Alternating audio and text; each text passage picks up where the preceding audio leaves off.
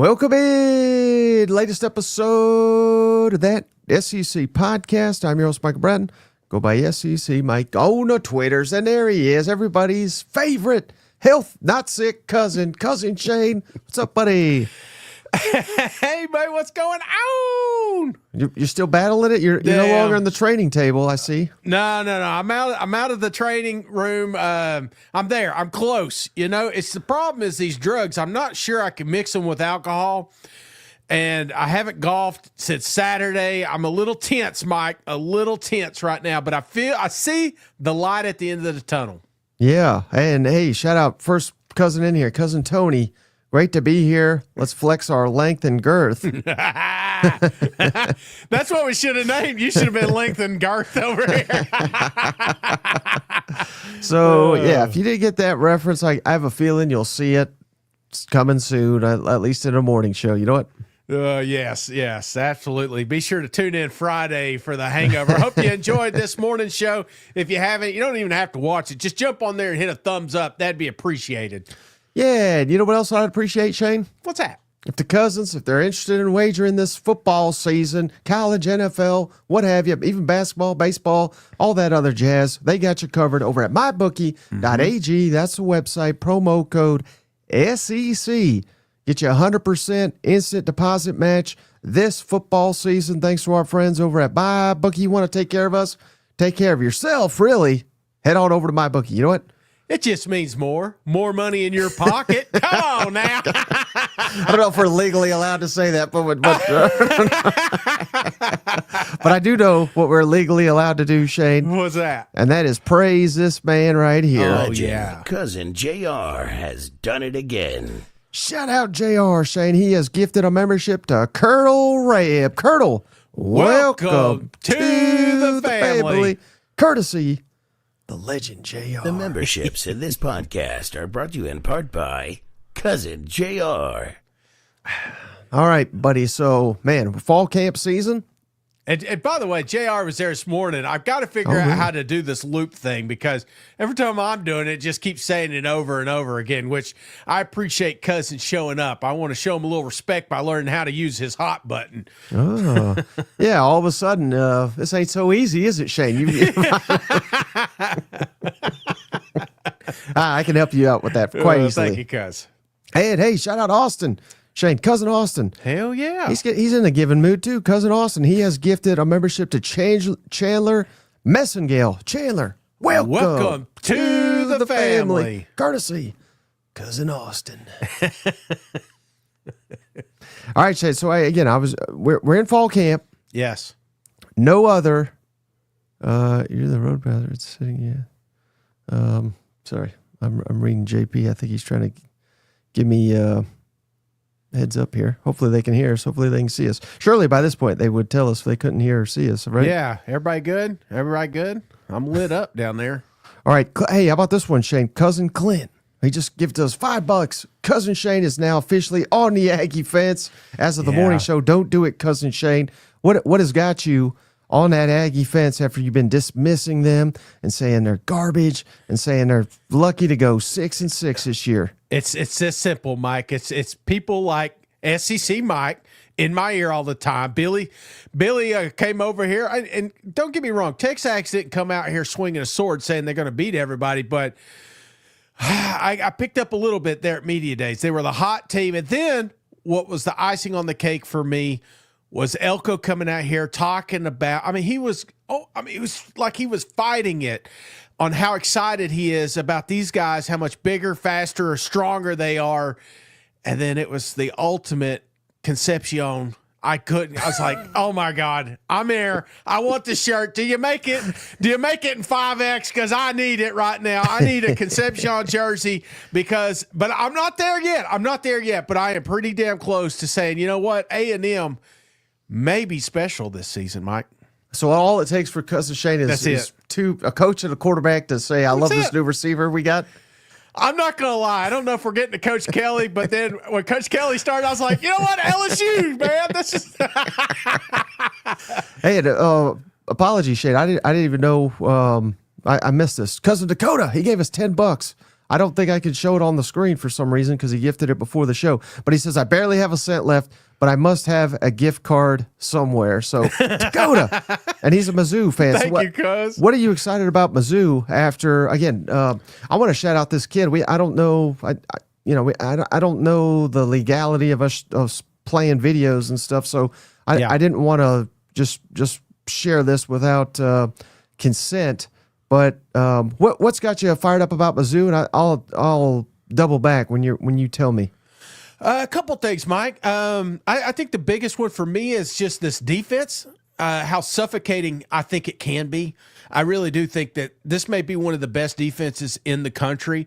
And I'm all about this quarterback competition, man. You know what I mean? I see the highlights. I'm getting pumped up. It's like, I don't care who they put behind center. I think we're going to be all right because this is going to be a run-first football team. We're going to get back to what Drink wants to do, and that is give it to the playmakers, and Hardy will be a playmaker. So there's just that's what I'm getting. The question marks that I had are getting answered through the offseason here. So I'm feeling a little bit more and more excited about what Mizzou brings to the table. Yeah, and so here's the guy I was thinking of, Shane. It's on my timeline. I saw, I'm just like you. I give you a hard time, but I see one highlight of a Missouri freshman receiver, Donovan Ugelbod. I'm sure I butchered that, but making a one-handed touchdown grab in the end zone. I'm saying, by God. I mean, is he the next Luther or what? You know what I mean? So, again, unheralded, we all know Kevin Coleman, the transfer coming in, he's going to be our starting player. But when we got freshmen coming in here making plays, it could have been against the 6th-team defensive back. I don't care. I saw him make a catch. He's elite, all SEC freshman. Mizzou's got so much talent, they don't know what to do with it. You know what? Well, even Drink comes out talk about tight end room. We didn't utilize them last year, so let's get our tight ends involved this season. Hey, shout out. We got a couple shout outs here, Shane. Yeah. Tony Canada became a member. Steve Waters became a member. Yeah. Emily, who's in here all the time, and now that it's season mode, she's in the family. So shout out all of them. And Welcome to the family. And then one more, Shane. Shout out the legend, Steven Up. Always showing up for them boys in Tuscaloosa. It's Steven Up.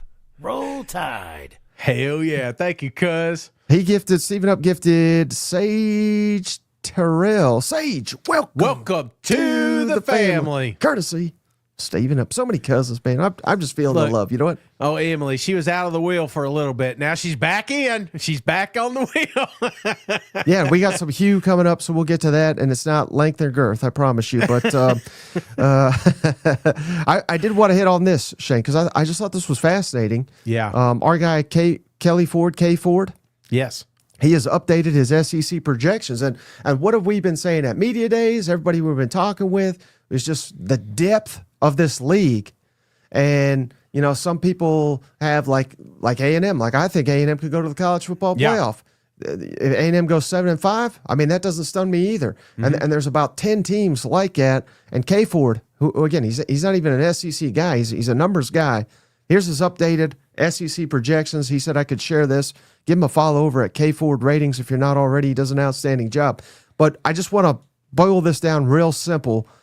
So this is K Ford projected SEC wins, essentially. That's all you really need to know.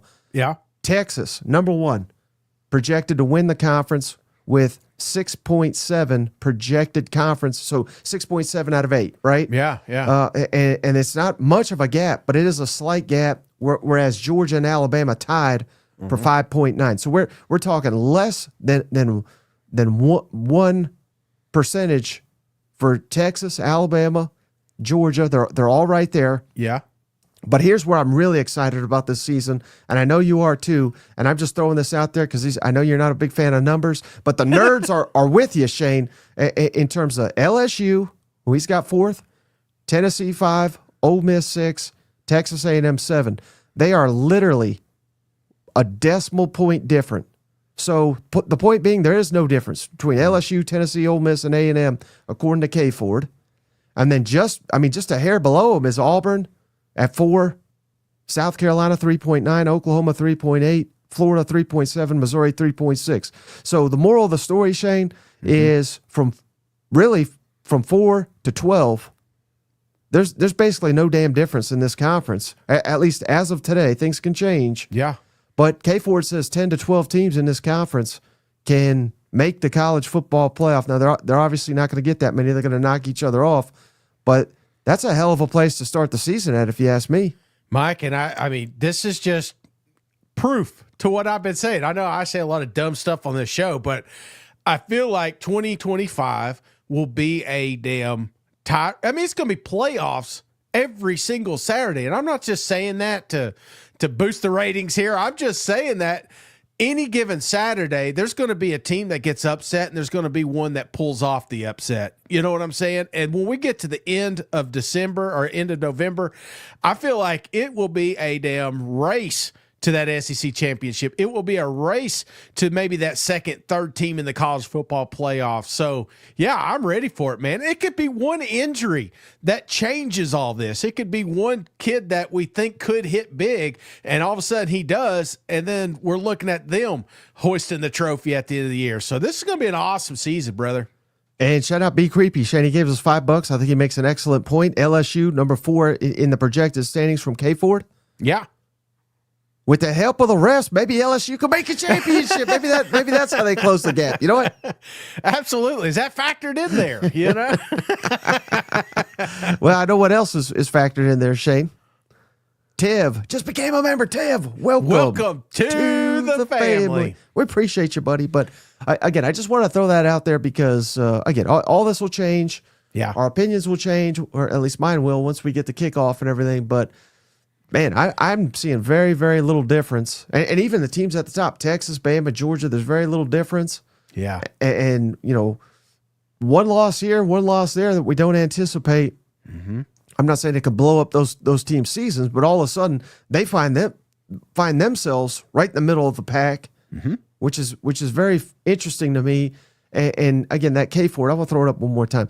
This is just SEC, right? So yeah. This doesn't even factor the fact that Texas is playing at Ohio State. Yeah. So again, I realize that doesn't factor into the SEC, but you know that potentially, if you lose it, put you down to the pack. Bama's playing at Florida State. They're playing Wisconsin, so they got some tough games. Georgia's playing a Georgia Tech team, so there's landmines across the board for everybody. Yes. And man, I just think this is, I can't say it enough. This is going to be one hell of a season. Yeah, to say the least. You know what I'm saying? It's like when you look down here at the bottom of this list, Mike, Arkansas, Kentucky, Vanderbilt, Mississippi State. I think about Vanderbilt beating Bama. I think about Kentucky beating Ole Miss, Arkansas beating Tennessee. This is the parity that we were talking about. It's sitting right here, and there's a lot of folks. And I probably shouldn't say a lot of folks. There are some folks that are saying, don't sleep on Mississippi State either. They're not expecting them to go to the playoffs, but they are expecting them to potentially knock a team off that was on that road. So, yeah, I just, again, top to bottom, this league is going to be so damn exciting, man. Well, you mentioned State, Shane. Yes. Don't, Sven. Stop it. It's not going to be the balls. If Tennessee loses to State, Shane will retire. I should, if Mississippi State beats Tennessee, let's see. Well, I got to do something. I don't know what it is. He'll eat a cow. No. I'll find the closest. Yeah, maybe that's it. I'm sure maybe they got these milk chugging or something. I don't know. Now, how about like around here? I'm sure they got some big steak eating contest like the Great Outdoors. You remember that? Yeah. If but that doesn't feel like a punishment. That feels like a reward. Did you see him puke? Did you see the size of him maggots, as they said? Liquid says Shane will have to shave his head. Yeah. Carolina Jackpot, he's jumping in on it. He says, I think that's a tricky ass game for Tennessee. Y'all stop it. No. How do you mute these? How do you turn these off? All right, how about this one, Shane? So again, it is camp season. Yeah. But I'm scraping here. I don't want to just play these clips just to play them. You know, I think they got to be good. Shout out Mr. Sip. Gave us $5. Hail State, brother. Except for that day if you're Shane. That's right. Hellfire, man. So I thought it would be fun here to run down the list, Shane, of I think the top 10 running backs in the conference. And I'm doing this exactly just like I do the quarterback rankings. Not necessarily where I have these guys today, Yeah. but where I project them to be at the end of the season. How's that sound? Sounds great. Sounds good. Oh, but real quick, Shane Horton hears you over there. Oh, thank you, Gus. Well, apparently, Horton couldn't hear you, so he's gifting you a membership. Shout out. Oh, man, that's one of my favorite names here, Shane. Squatchy 15. Welcome. Oh, sorry. Welcome to the family. And then Cameron Williams, he gave us $20, Shane. Who did we welcome again? Squatchy. Squatchy. I think I took her to prom. You may have. Shout out Cameron Williams. Shane, give us $20 celebration beer fund for me, Sip, and Sven to watch Shane eat that steak. Yeah, let's do it. Let's do it like big steak eating contest. We'll find one around here. So you got Squatchy laughing over there. All right, so top 10 running back, Shane. Yes. And people are going to hate this. People get angry, you know. They don't like this. They thought we were over. Nope. Yeah. Mark said, one more. One more. Well, wait till we get on multiple teams here. I got a couple that just missed the cut, all right? Okay. Braylon Honorable Russell, mentions. Arkansas. I think he could be solid, but again, I think that Arkansas, you're not going to lean on the ground game when you got Taylor Green. You're gonna air it out all the time, don't you think? Yeah. Yeah. Okay, so a good player, didn't quite make the list. C.J. Baxter, Texas, injured last year. He's back. I think he'll be hovering around one of the top 10, but they got another running back on this list, so I got to go. You know, I can't put two Texas guys on here, could I? I guess I could, but oh, Mr. Sip, Hail Steak. Oh, shit. Hill State. Yeah, there you go. Hell yeah. Maybe we ought to go get some steaks after this. I don't know. Maybe I shouldn't eat them because if there are a lot of confident bastards in here about that Tennessee game. All right, how about and then I got Reuben Owens also on the just missed the cut, A&M. Peyton Lewis, Tennessee. I think he could have a breakout. He might make the top 10, but I don't quite have him. Yeah. And then these two, I feel like I'm cheating, but I don't know if he's going to be eligible. Rasul Faison of South Carolina. Yeah. If he's eligible, I'll put him in the top 10. But hell, I don't even know if he's going to be able to play this year. Well, he could practice, you know. At least he's doing that. And then Ole Miss, I don't know. You know, I just don't know about the rotation right now. If you told me who's the starter and he's going to be healthy and he's going to play all year. So I got Logan Diggs, Kawan Lacey, the transfer from Missouri. I got them both just missing the cut because Ole Miss always produces an elite rusher. Yes. But I just don't know who that's going to be. Is that fair? I would say always, but yes. Typically. 9 times out of 10. As he Hugh will Freeze have would one. say. Yes. The other time it's a defensive lineman. So All right. Number 10, I got Jam Miller, Alabama. yeah.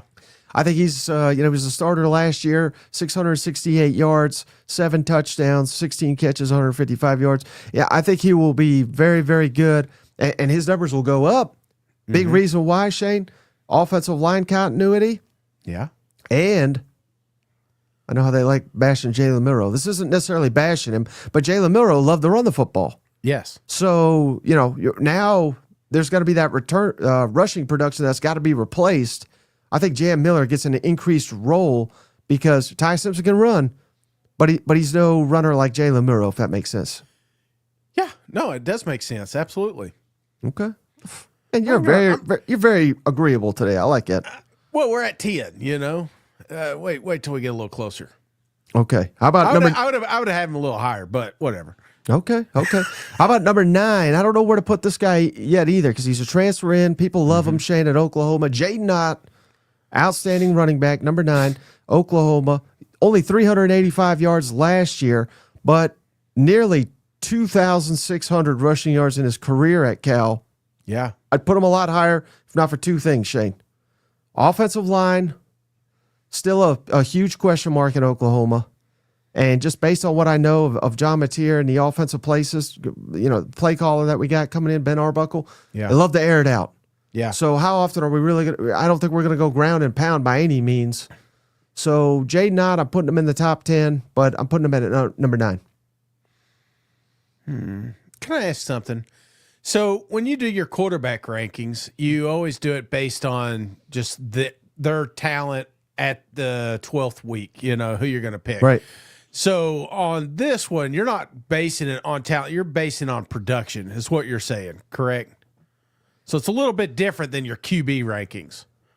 Because I think it would be higher if you're picking a running back. Like if you went back to the locker room and there's, 16 running backs, I think I would be picking him sooner than the ninth spot, if that makes sense. Well, you're picking his offensive line too, though. Well, I think again, are we talking about him? Or are we talking about him on this team? Does that make sense? Well, I guess I'm talking about him on this team. So production. I would. The only reason I'd handicap it, I do think it's going to be I think it's going to be a committee. I think a lot of these teams will have committees going on. Yeah. I did hear Arbuckle talking about this offensive line. Of course, coaches are going to tell you what they want to say, but I was starting to buy in a little bit. We got some transfers coming in. It's the healthiest they've been. You don't think about just how unhealthy Oklahoma's offensive line was. And you know who their coach is, right? You know who the lineman coach is over there. Bill Beebo. Bill Beebo. So Hey, I'm sorry. Rob Mitchell says picking him sooner. Yeah, I'd have him a little higher. Okay, that's fair. You're finally starting to push back. I like when you do that. All right, number 8. I think this guy's criminally underrated. Everybody knows his teammate. Very few people watch Vanderbilt football. Give me Ced Alexander. He's phenomenal, Shane. 586 yards last year, 6 touchdowns, 23 catches, 238 yards, and a receiving score. Ced Alexander, I'm putting him number 8.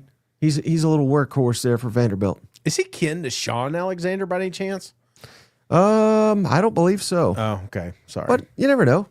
Somebody, maybe the cousins can Goog that for me real quick. Hey, how about Corey or Crazy with Cheese Whiz? Ground and pound sounds like an order at Waffle House. Yeah, you ever order that ground and pound there, Shane, at Waffle House? No, but I probably have had it.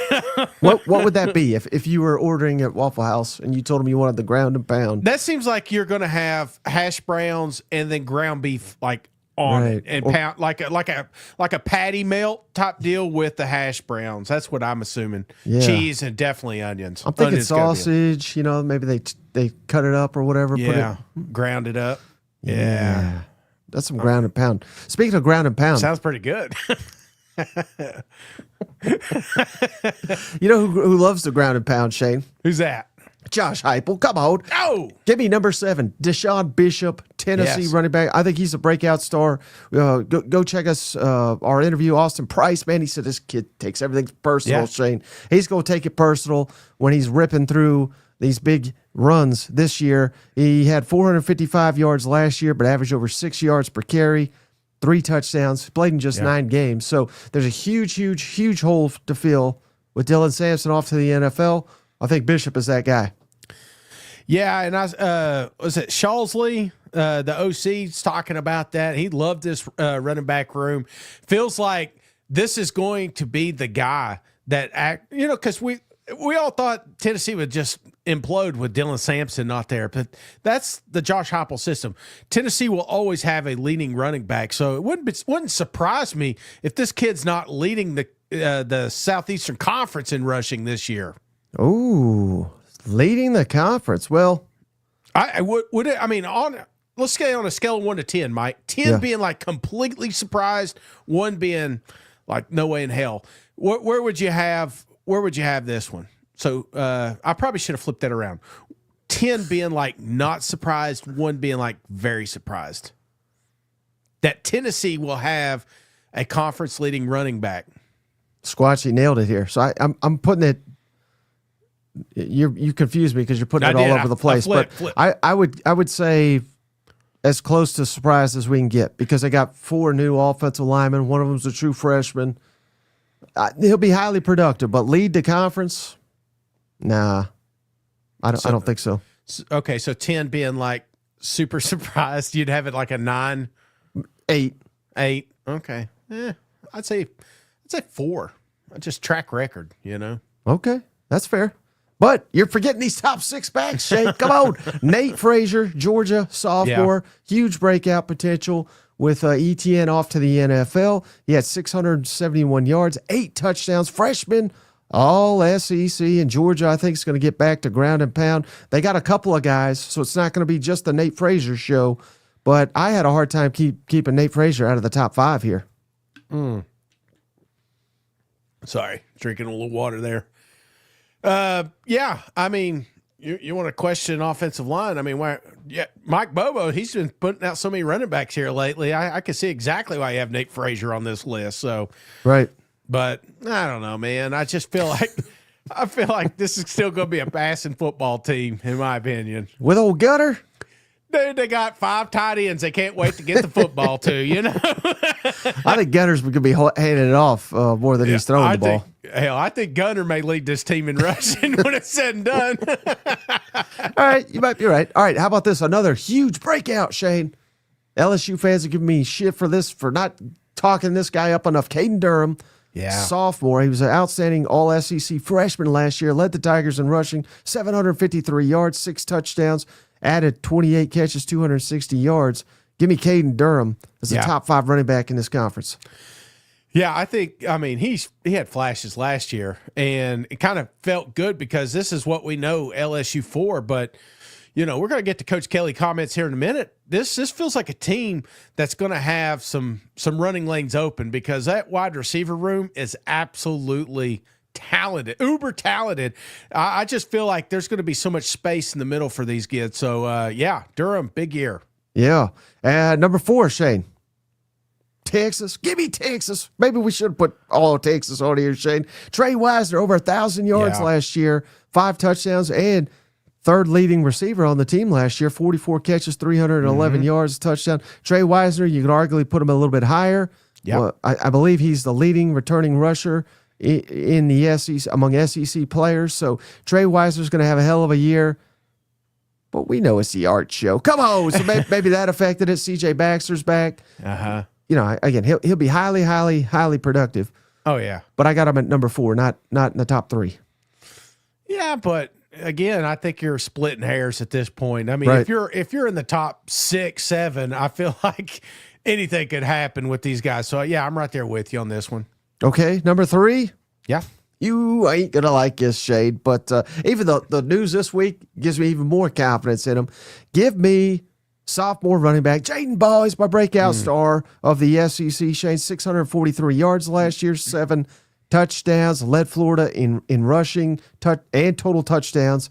And Florida, importantly, Shane, returns over 83% of their offensive line snaps. That's 3rd in the SEC. How about this little? I didn't realize this stat, Shane. Florida, the only team in the country last year that went 3-0 with a freshman starting quarterback and freshman starting running back. I mean, they can't be beat with those 2 back there. Crown them. You know, I mean, you ain't got to have a quarterback. Might as well run the football, right? So, no, I will say this. Cole convinced, like Mike tells me a lot of stuff, and then I buy into it, right?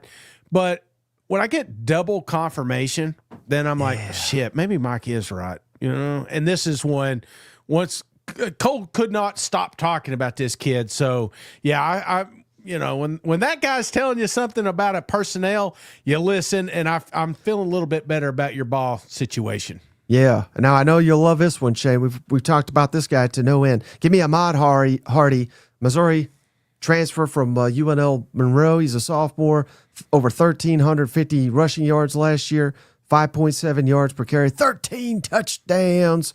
I think he is, I've already predicted, the leading rusher in the conference this year. So give me Ahmad Hardy, number 2.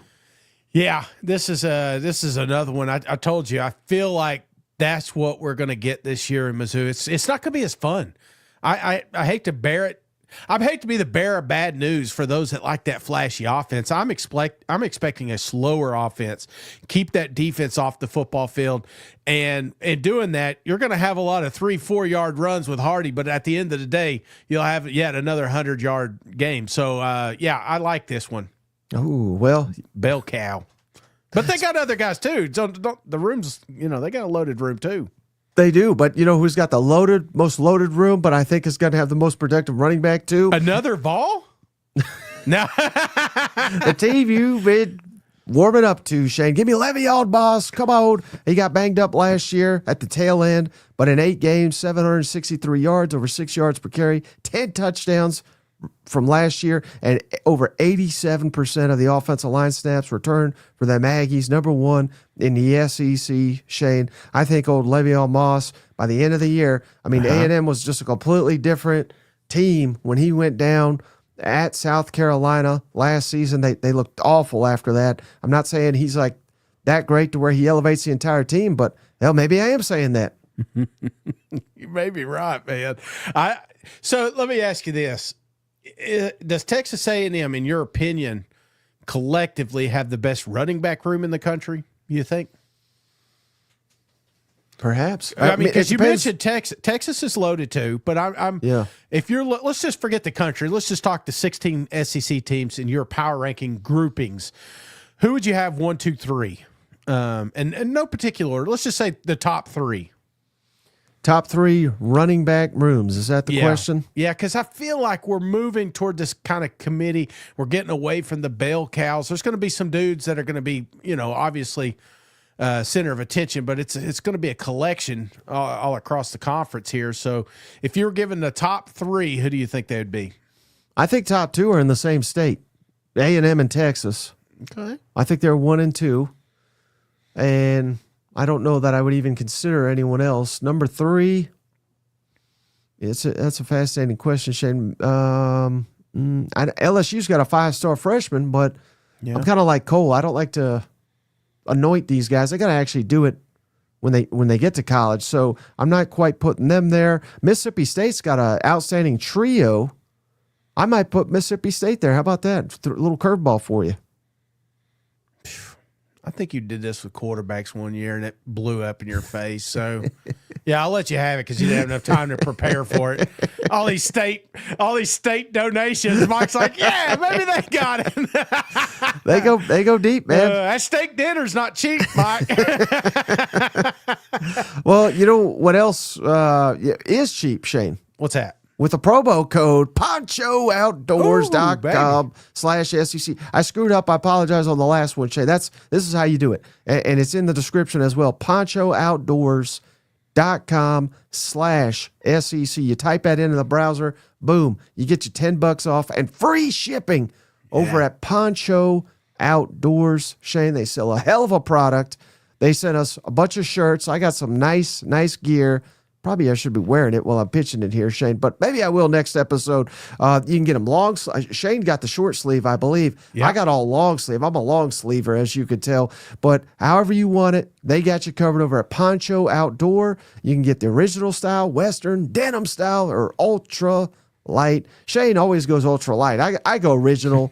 But again, check them out, ponchooutdoors.com/SEC, just like it's written at the bottom there, to get $10 off and free shipping off your order. You know, one of my favorite parts about the shirts too is on the inside down at the bottom, it's got a thing where you can clean your glasses. So if you're wearing glasses, sunglasses, it comes in pretty damn handy and you're not scratching your lens. So that's probably one of my favorite features, especially as hot as it is right now. Yeah, and shout out Austin. They do have a shirt. I ordered it. It's orange and they call it the Nealon. So yeah, I mean, they got some fancy stuff. I was told they're Austin based, but I think Tennessee's the only one that got a Nealon shirt. No, just saying. And they're on our show, so hey, we just got a donation. Shout out Aaron Morgan. Appreciate you. $2. Odds the Cousins will be at the Red River in October, Shane. Well, here's the deal. undefeated. Oklahoma's got to do their part, right? Yep. So they can't be 2-3 and stumbling, fumbling, bumbling into this damn game and get beat by 50 points again. If we're gonna make a damn trip, we want it to be an epic showdown. We want 2 undefeated teams. Yep. We want it to be the damn game of the year that you cannot miss, Yes. or at least that weekend that you cannot miss. And if it is, our fat asses will be down there. How about that? Yeah, absolutely. Just that's it. We want a ball game. And I want to see a damn ball game. I've been watching some of these old ones as I was doing these countdowns, and And Mike, there's some epic showdowns between these two teams, and SEC didn't get to experience that yet. So I'd like to experience it firsthand. So come in there prepared. And I'm not just saying Oklahoma. Shit, Texas can't stumble either. I mean, if Texas lose to Ohio State and Florida, by God, I wouldn't go down there, even if Oklahoma was undefeated. I think I'd go if Texas lost to Ohio State. Yeah, I'm not going to count. Yeah, Ohio State might be number one. I'll give him that one. And then good excuse for Arch Manning, you know. So, yeah. I mean, Tim Tebow had to have the Mississippi State game. Do you remember that one? And he cried on it. Says, you know, he's got to do better or something. And they ended up winning it all. So I feel like that we can get past that one. I'm not comparing the two, but is that? I mean, there may not be a better narrative though that you can write for the Longhorns, right? If they drop the first, let's say even Arch Manning looks a little shaky in the opener, yeah, and John Mateer whoops Michigan's ass. They're 5-star freshman, whips Jackson Arnold's ass, and then all of a sudden people are like, "Good God, this Mateer, nothing runs like a Mateer." You know what I mean? He's going to win the Heisman, and people are like starting to doubt Arch. Yeah. And then you get into this game. I mean, hell, I don't know. You can write a better script if you're Texas. Be the underdog in that game. No, that's a good point. And I want to apologize to Ole Miss fans. I shouldn't have took that away from them. It was Ole Miss, not Mississippi. It's like, I mean, it wasn't Mississippi. I mean, that was close. Yeah. It was just it wasn't the losers, you know. It was the other team. All right. How about, see, that's it. They've been donating, so now I'm giving everything. Yep. We'll never get a donation from Oxford again. I'll tell you that. My bad. You know, where else? Brian Kelly, Shane. Yeah. You were talking about Brian Kelly? Mm-hmm. He met with the media here. They're kicking off here in LSU. And just something he said just reminded me so much of Cousin Shane when he was talking about their badass defensive lineman, Dominic McKinley. Coach, right here to your right, Jamarcus Fitzpatrick, KATC in Lafayette. Dominic McKinley comes back for his sophomore year. Looks like he had a really good offseason. Yes. How excited are you for what he can do for the defensive line? Well, he's forced our athletic development staff, our training staff, athletic training and weight training. We ran out of weights for him to max squat. He was 650 pounds max squat. And so I just throw that out to you as how powerful he is. And he's such a great kid. He's so grounded. He wants to get better every single day. And he has elite, strength and numbers from that perspective. So, yeah, he's going to play a major role in what we do. He's still learning. Coach Williams has got him with him right on his hip every day. But he's enjoyable to coach. Shane, when you walk into the weight room, I mean, do they got to get extra weights for all the the records you're about to shatter? No, they start pulling stuff off the buffet. It's like, oh, here it comes. Hey, shout out! Oh man, I'm gonna butcher this one. Yeah, let's do it. Kamuki Do Kabuki. Welcome to the family. We appreciate you. Hey, David Chambers. I have not given up. I've not given up on Ole Miss. Howdy, toddy.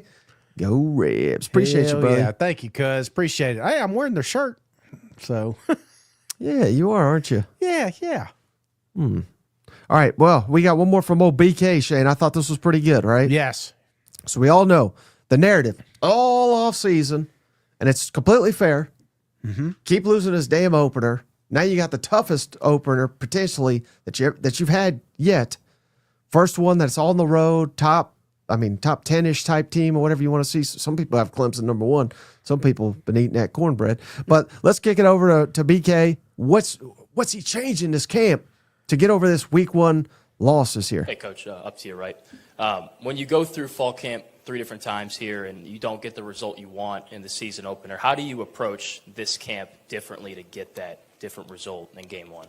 I'll go back to January. What's happened since January is the response to your question. If you're just reacting to not having a win in the opener, to feeding them chicken wings instead of steak, then you're reacting in a manner that doesn't give you an opportunity to be successful. We've addressed this in January. We addressed it with the guys that we brought in. We addressed it in the way we trained our football team. We addressed it in spring ball and then into our off season. And again, we've made it pretty known, what our goal is. And our goal is to go 1-0. And so if there's anything that is slightly different from in years past, it's that we were so much more intentional about getting to August 31st in January. And that focus has remained the same for the last 7.5 months. Now, let me ask you this, Shane. You keep week one at your damn mouth, he said. If they've addressed it this offseason, Yeah. why in the hell didn't they address it last offseason? I don't know. Seems pretty simple then, What were you doing the other January 1st? I don't know if I'm getting much confidence in that answer. Are you? I mean, he knows it's out there. Coach Kelly, all these coaches listen to us talking heads, whether they like to admit it or not.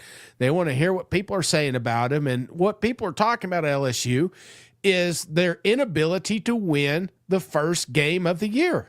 And this is the toughest one they've had yet. So I understand where he's coming from, but I also understand these are the questions that the Cousins want to know. This is the questions the fans want to know. Like, now, do it now, fix it now. Why is it taking 4 years to figure out how to win week one? Yeah, and another thing, and again, I do appreciate the fact when they're honest, because some of these guys, Hugh Freeze, are just bullshitters. But he had a really interesting comment to open where he just said, "Man, if we played this week, we'd be in trouble." But he also said, "Hey, I love his team." I'm like, Yeah. So I get it. I think what he's trying to communicate is the pieces are there, and the key pieces you need, like a quarterback, like pass rushers, like receivers, like improved defensive backs that they've. Remember, DBU used to be LSU. Now it's damn DB. Who the hell are these guys? You know what I mean? So I think he's very confident in the team. Yeah. But they got a long way to go in the next month. But that's literally the case for everybody. But I don't know. I'm just getting. Well, we've got supremely confident Brian Kelly all off season. We got it at media days. We're getting it here.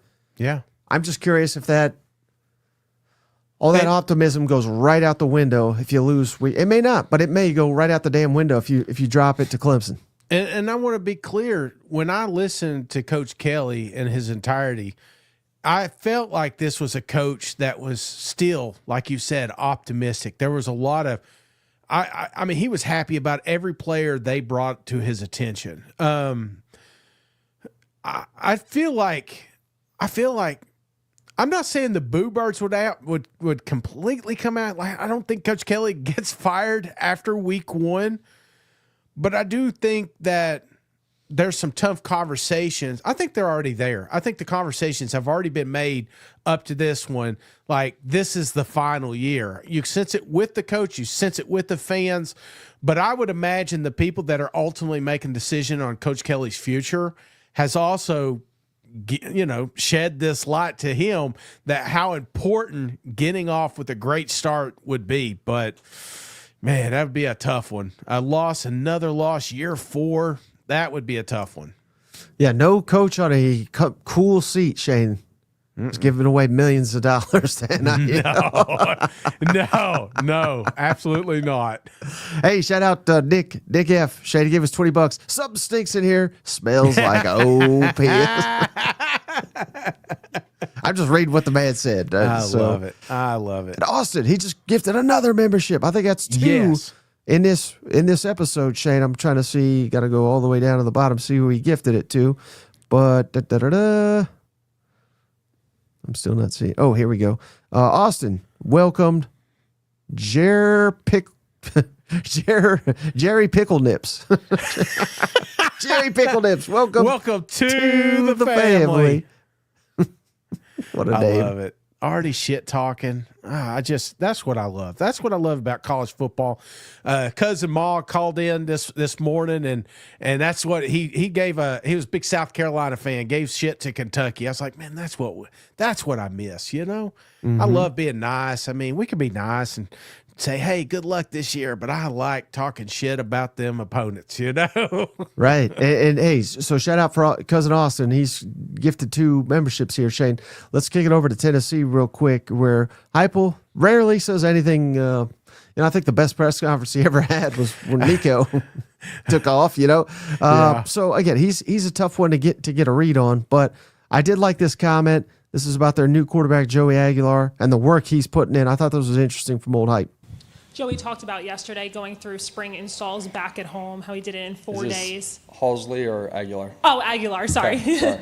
Yeah, and he also talked about during the break, he would show up at 7 a.m., leave at 9 p.m. He had to be let in and out of the facility. Just how important was it for him to do that, and are you seeing that paying off early? Yep. The timing of when he got here, unique and not something that we haven't had before, but it applies an urgency that's always there, but as late as he's getting here, man, super urgent, and him being able to get exposed, digest, and become comfortable with what we're doing. If you're playing quarterback and you're back there thinking, you got no chance. So it's got to become second nature. It's got to become your primary language, and he's worked really hard at that. All right, so does that give you any confidence, Shane, that old Joey Aguilar, I think he's at my house here, that he's putting in the damn overtime to get the playbook and get up to speed and everything?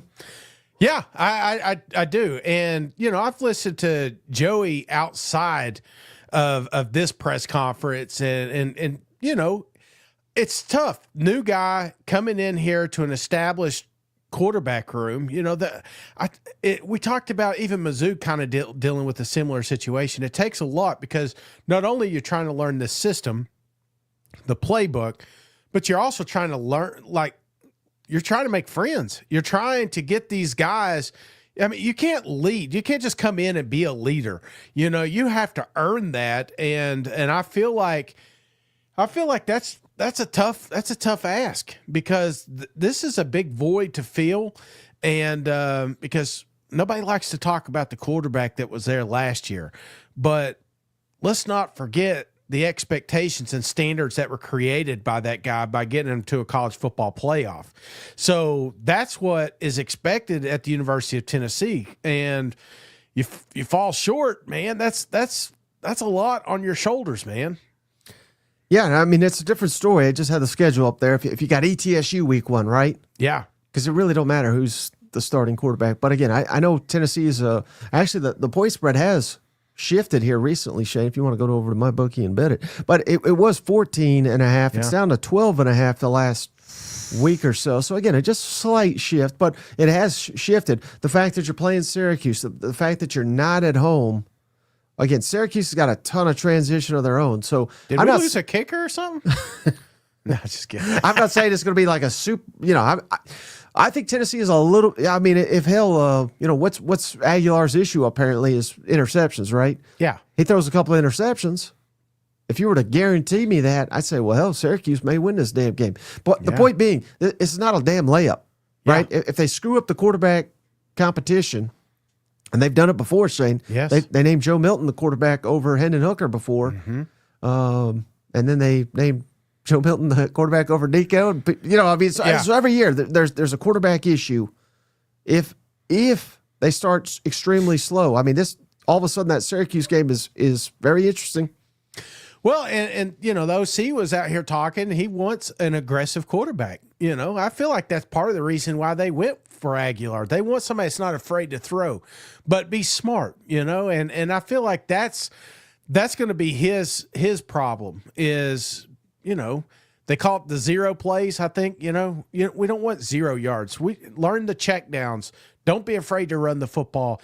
Keep the chains moving. It's not fun. It's not exciting, but it doesn't always have to be a damn bomb. So I feel like whoever grasps that the quickest is going to be the guy that starts week 1.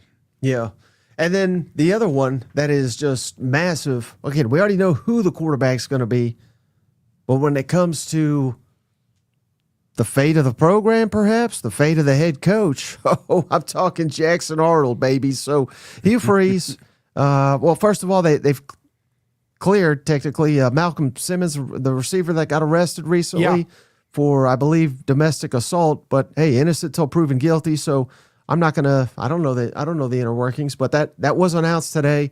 University has cleared Malcolm Simmons, who's projected as a starting receiver. So we'll see what comes of that. But Jackson Arnold taking it easy on him, maybe. That's exactly what the doctor ordered. Did you ask DJ to take it easy on Jackson Arnold during the spring to get Yes. the confidence up? And does that have to change during fall camp? Yeah, I used to be so dogmatic back when, of course, I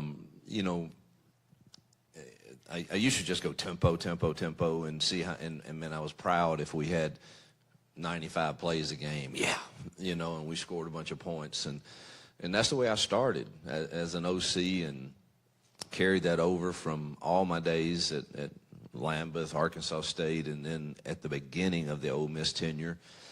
And then you start kind of finding out, maybe if I'd have managed the clock a little different there, we'd have won another game or two. And so I obviously have changed that somewhat. And I also used to be very adamant. The number one priority of practice is for our quarterback to leave that field confident. And I am going back to that this year. And So he's trying to get his quarterback confident. The only thing that was kind of funny about that clip, he said, back in my early days at Lambeth, Arkansas State, and Ole Miss, I was more worried about the tempo and going fast.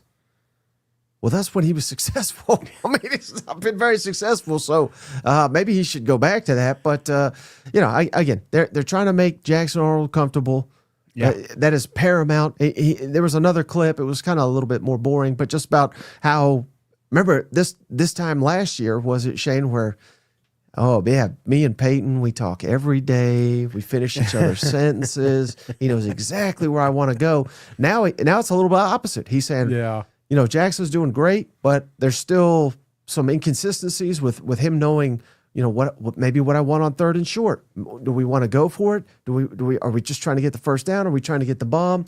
There's still a learning curve there, which was interesting to hear him say, but man, I can't think of a quarterback head coach combination that's got more pressure on them to deliver than Hugh Freeze and Jackson Arnold at Auburn, and not only for the season, but really right out the gate. Because if they start slow, this could be a nightmare season.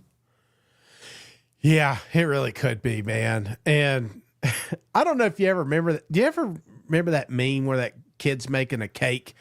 And she gets it just perfect, and then all of a sudden the top part slowly falls, and her face she's so sad. I feel like if you know the meme, you know exactly what I'm talking just thinking about here. It's always cake or steak. Yeah. Well, she sets this thing up, and then she just starts crying because the top part fell off, and I feel like Auburn. We went out here, we got all the stuff we need. He talks about this is the best looking roster he's seen since he's been here. He's got every piece that he's ever wanted, including a quarterback, and he laid him up right here. But if it falls over week one at Baylor, then all of a sudden, who's he going to blame? He can't blame anyone else because this is his baby. So, yes, I feel like that's kind of where we're at. Thank you, cousins. I'm not the only one here. Thank you, Mike. Well, I think you said you're explaining a video. You're saying it's a meme. Maybe it's a video. Yeah, maybe it is a video. She I felt bad for her. She may have lost the competition after that. He may lose his job if he drops to Baylor. Now, see that? It sounds like you're just describing your description, not my description, but your description of Florida being a house of cards, Jenga, what have you. Yeah.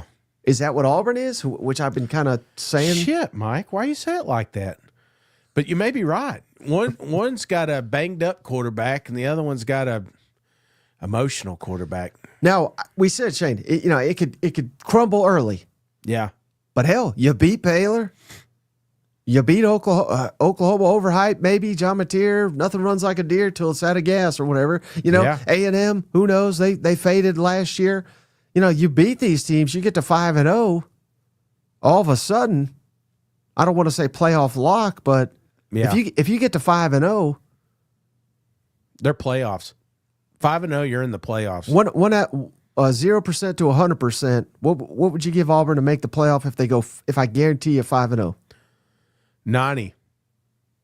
I think 90%. I think I'd still go high, but I'd go 75%. Yeah, I mean, because obviously Georgia, Bama, that's what Right. you're looking at. But even the Mizzou game, if you're getting past Baylor and Oklahoma and A&M on the road, yeah, I feel like you're pretty confident. Got to beat Diego. They can't beat him. Yeah. No, this is the year. He even said it himself, 4 times out of 5, But again, yeah, I mean, we can sit here and what if everything, but point being, you gotta start quick. Yes. And if you don't, buddy, I mean, Yeah. now let's do the opposite. What if they're, I mean, I don't think it's Fire crazy. him. What if they're 2-3 after 5? I mean, I don't. Do they make a bowl game? How about that? Shit, Mike. If they're 2-3, let's see, 4, 5, 6. Yeah, barely. It's 6-6 team. I would say no. Because Who knows? they'll lose to Vanderbilt or Missouri or They'll Arkansas. fire him. They will fire him if there's a loss to Arkansas or Kentucky. Any of those 3, bye bye. That bye week sitting there perfect too. You know what I'm saying? He's gone by November 22nd. So yeah, I'm not. That's the crazy part. We're so afraid of these coaches now that we can't fire them because the buyouts are too high. But I don't know. I feel like the coaches need to know, man. They need to know. That may have just been an all-time record, Shane. We went from playoff to fire the guy in like 6 seconds. That's Auburn Tigers right there. They're going to be really good or they're going to suck, Put that on a T-shirt. That girth and length. That's one we need. I saved that clip just for you because I knew you're going to use that to your full advantage. Yes, it will be on the show Friday. So, all right. So, anything else, buddy, before we hop off here? yeah, I'm going to put it right here in the comment section. I appreciate the cousins hanging out with us.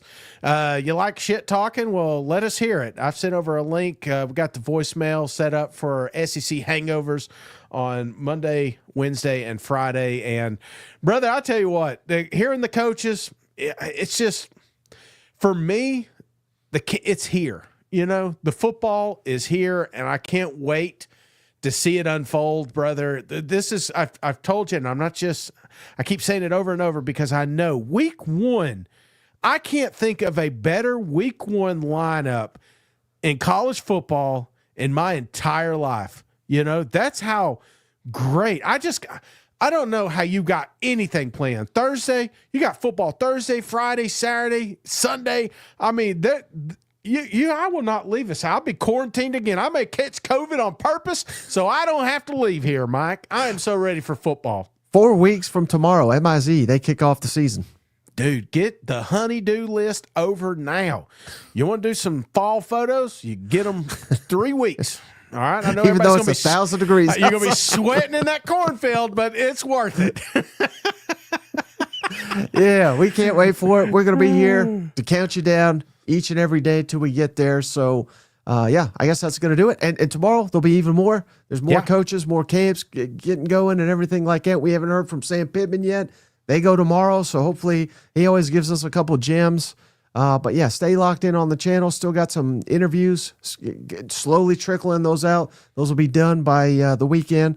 We'll have everything up, locked in for SEC football. But that's going to do it for this episode of the show. We appreciate each and every one of you. We'll catch you on the next one. See you guys. Go Vols.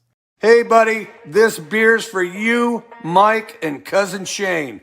That SEC podcast loves the Pirate, and the Pirate loves that SEC podcast. Hail State.